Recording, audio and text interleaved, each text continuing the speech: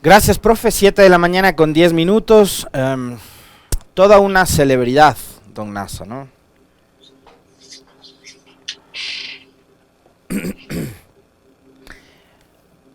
Es increíble que este país se especialice en, o que los ciudadanos de este país se especialicen en, yo creo que ser de los pocos en los que les, les viene bien, les agrada, les interesa, buscan tropezar dos veces con la misma piedra, ¿no? La semana pasada, refiriéndome al caso escandaloso de la visita de este personaje junto a otras personas, acompañados además de un camión lleno de dinero, a las instalaciones del Ministerio de Defensa, acá en La Recoleta, en el centro sur de Quito. Yo les decía a ustedes y les traía a la memoria el episodio del notario Cabrera, ¿no? Y digo yo ahí, ¿cuánta gente? No tengo el dato claro en este momento, no tengo una memoria tan privilegiada, pero fueron cientos, probablemente fueron miles de ciudadanos, no solo de Machala, de la provincia del Oro, sino de todo el país, que bypaseando al sistema financiero regular, decidieron depositar sus ahorros, eh, su dinero, producto, qué sé yo, de la venta de una casa, de un terreno, de la jubilación, qué sé yo, habrá alguien, no sé, habrán vendido sus carros, sus propiedades, etcétera. Tenían unos ahorros y decidieron entregar esos ahorros a un notario que les ofrecía un monto estrepitoso de intereses. Todos conocemos bien lo que pasó y la historia del notario Cabrera. El hombre falleció y después hubo todo un escándalo. Sus hijos intentaron como que seguir adelante con ese negocio ilegal de captación de dinero que llevaba adelante su padre, y obviamente habían unas cantidades impresionantes de recursos que había captado este sujeto, y obvio, hubo muchísimas personas que terminaron perdiendo precisamente lo que les decía hace un momento, ¿no? El producto de sus ahorros, del trabajo de toda su vida, de la jubilación, la venta de un terreno, de una casa, etcétera, lo que haya sido. Pero así como en la época del notario Cabrera, ahora me parece que todo tiene un denominador común como para que los ecuatorianos nuevamente veamos estos episodios que son vergonzosos y tienen que ver mucho con la avaricia y con la codicia.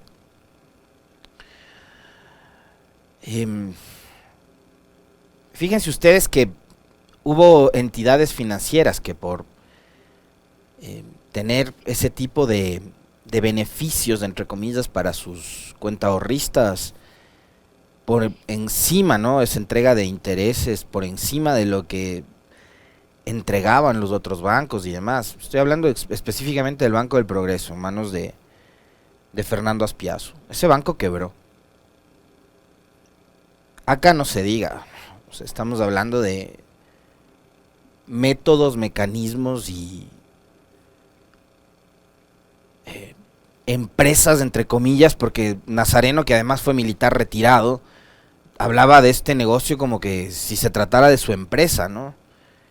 Son ilegales, están por fuera de la ley, no están reguladas por nadie, son absolutamente oscuros sus manejos. Y de verdad que causa una profunda decepción que los ecuatorianos no hayamos aprendido de pasajes históricos como este del notario Cabrera, y que hoy nuevamente tengamos que estar hablando de lo sucedido con este sujeto, ¿no? Don Nasa. Pero hay otras cosas más, aparte de la indignación que provoca el hecho de ver ecuatorianos que hayan tropezado dos veces con la misma piedra. Y, digamos, acá está por un lado todavía falta por esclarecer el hecho de la presencia de Nazareno en el Ministerio de Defensa. Era un militar retirado, ok, pero no creo que haya estado él, no sé, ese día con un camión lleno de plata tratando de cobrar su jubilación, su retiro, etcétera, ¿no? Van a tener que aclarar,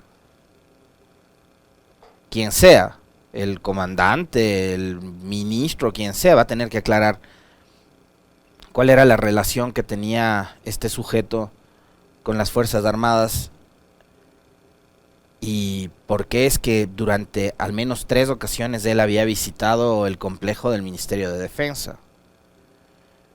Yo les recordaba, a propósito del tema Cabrera, la semana anterior, que probablemente de los principales depositantes o personajes que confiaron en Cabrera se encontraban militares y policías.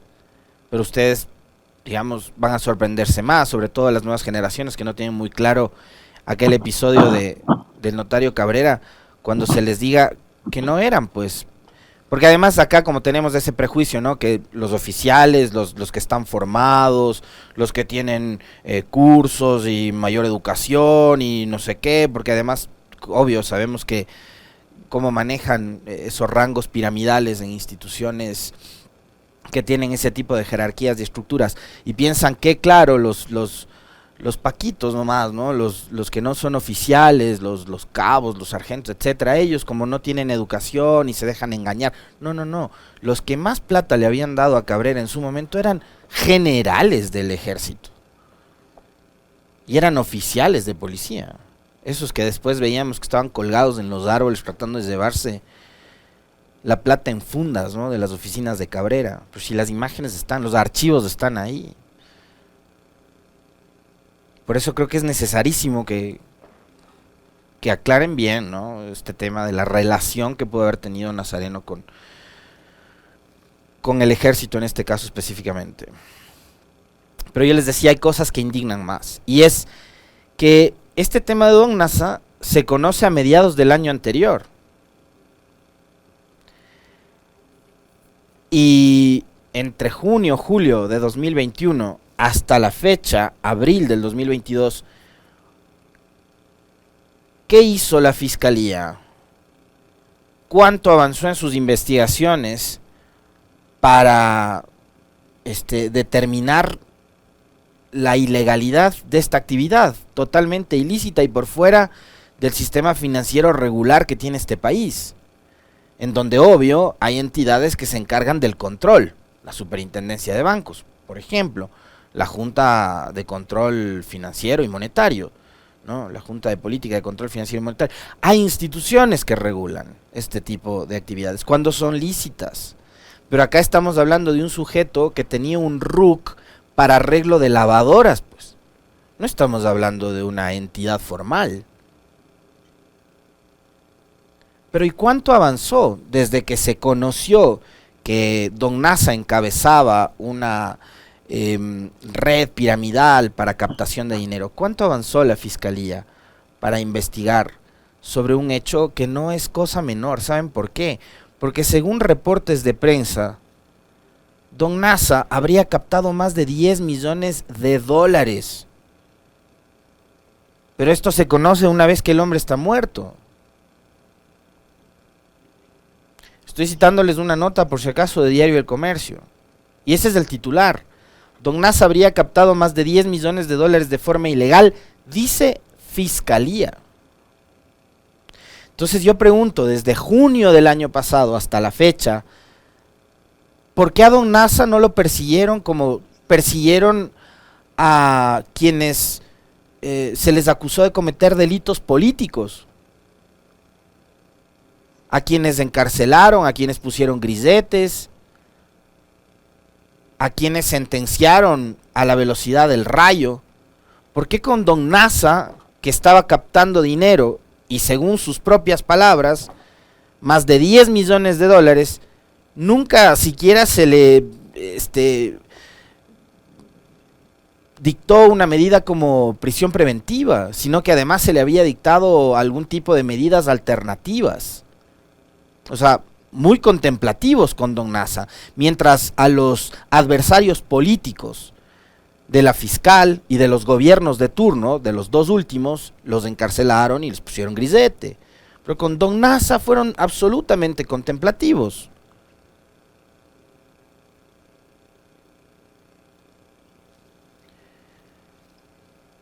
Según esta nota que les hago referencia, que tiene ese titular que a mí me parece que es tremendamente escandaloso, 10 millones de dólares según la fiscalía este tipo habría logrado captar.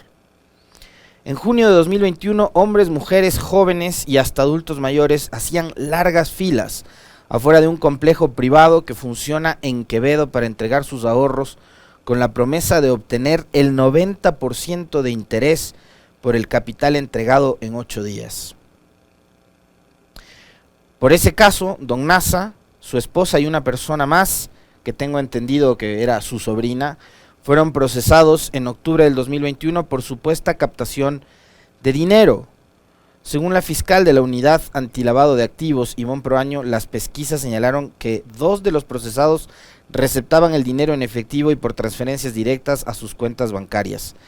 Estos detalles fueron expuestos en la audiencia preparatoria del juicio que se desarrolló en una unidad judicial de Los Ríos. De hecho, la fiscal del caso pidió el pasado 8 de abril que los 3 implicados fueran llamados a juicio por ese delito. Pero yo no me he enterado nunca que a don Nasa le dictaran prisión preventiva o que haya estado tras las rejas, nunca. Yo no me enteré, pero fíjense ustedes, ahora sabemos que había una fiscal que estaba al frente del caso y que estaba intentando llevarlo a juicio. Tras 6 días de análisis, el juez Carlos Bowen los sobreseyó a todos, es decir, desestimó la acusación penal de la Fiscalía. Esta entidad está en desacuerdo con esa resolución judicial, pues aseguró que presentó al magistrado más de 80 evidencias. Acá tenemos un juez que sobreseyó a don Nasa y a las otras 2 personas. O sea, quiere decir que tenemos un sistema judicial totalmente inoperante, porque a todas luces estábamos viendo que se trataba de un mecanismo ilegal de captación de dinero, pero resulta que un juez decide sobreseerlos, ¿no? La fiscal presentó pericias practicadas a más de 2,000 recibos entregados a los perjudicados y experticias informáticos forenses de los links en donde se publicaban las ofertas de captación. Además de esto, circulaba a través de redes sociales y de internet, todo el mundo sabía. Los agentes encontraron más de 10 máquinas, contadoras, recibos, cuadernos, en los que se registraban de forma manual los nombres de inversionistas y los montos de dinero recibidos. Y a pesar de todo eso, el juez decidió desestimar el caso y dejar a don Nasa, su esposa y su sobrina en libertad. Lo extraño de todo esto es que hace 3 días atrás este sujeto aparece sin vida.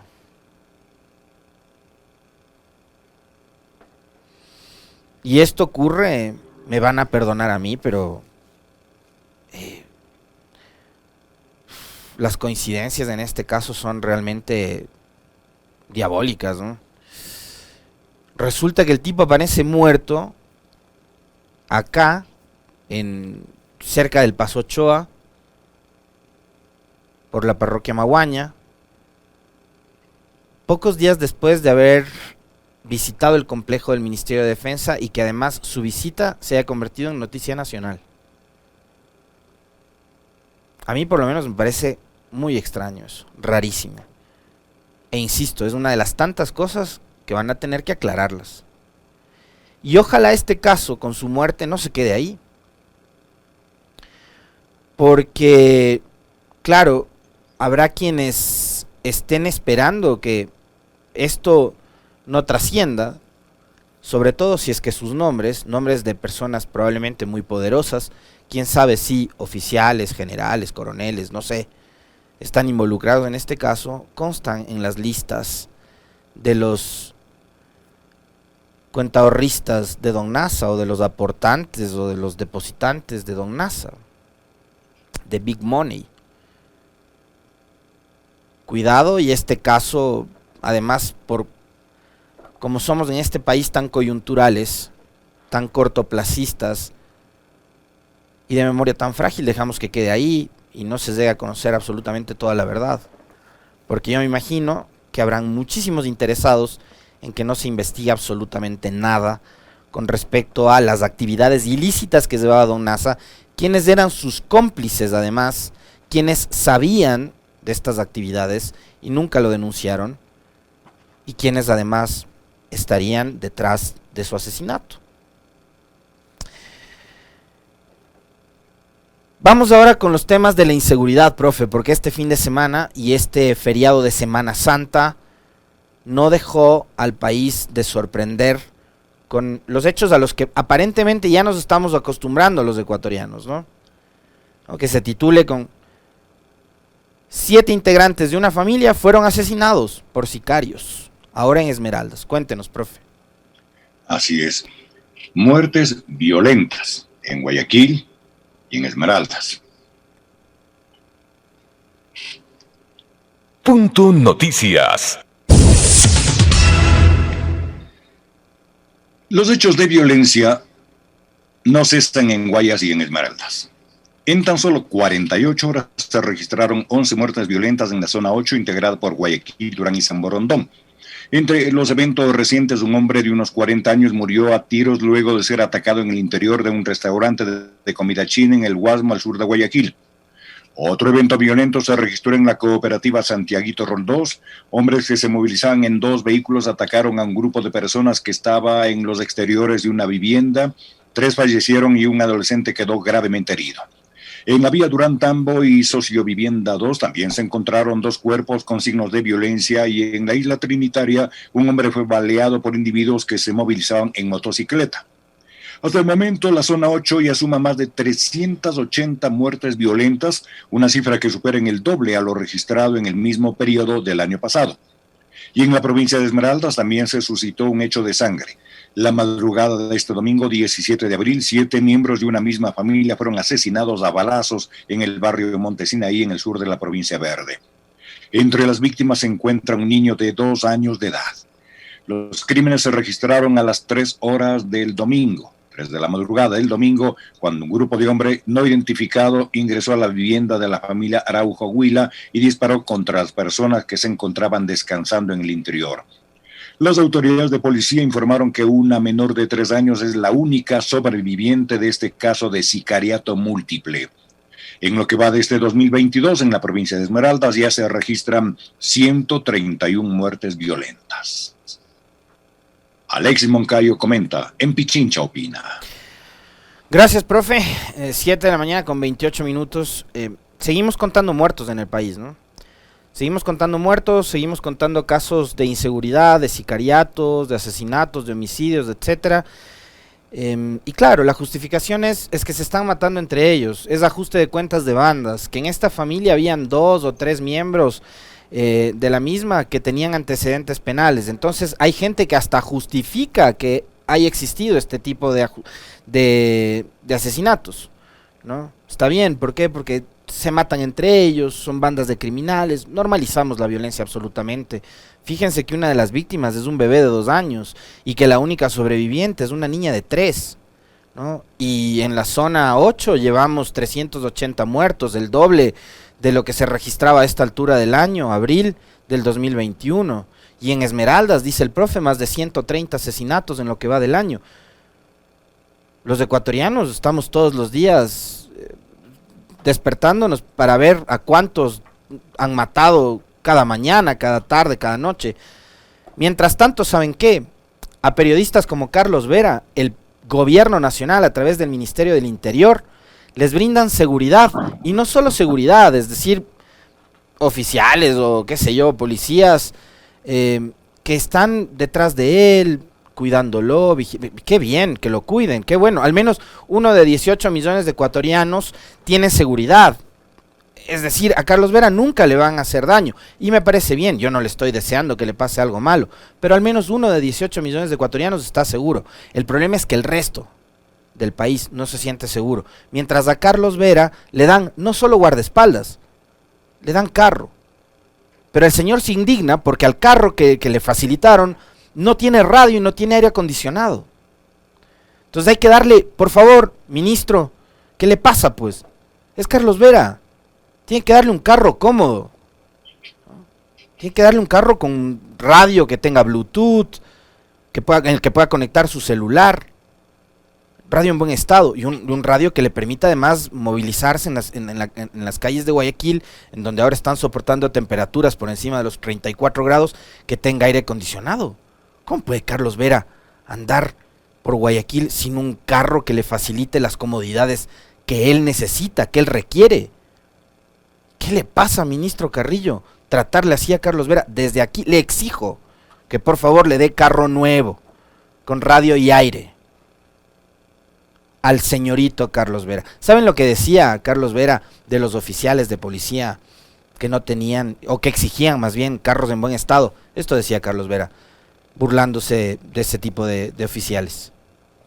Esa es la topa la que le dan los carros viejos.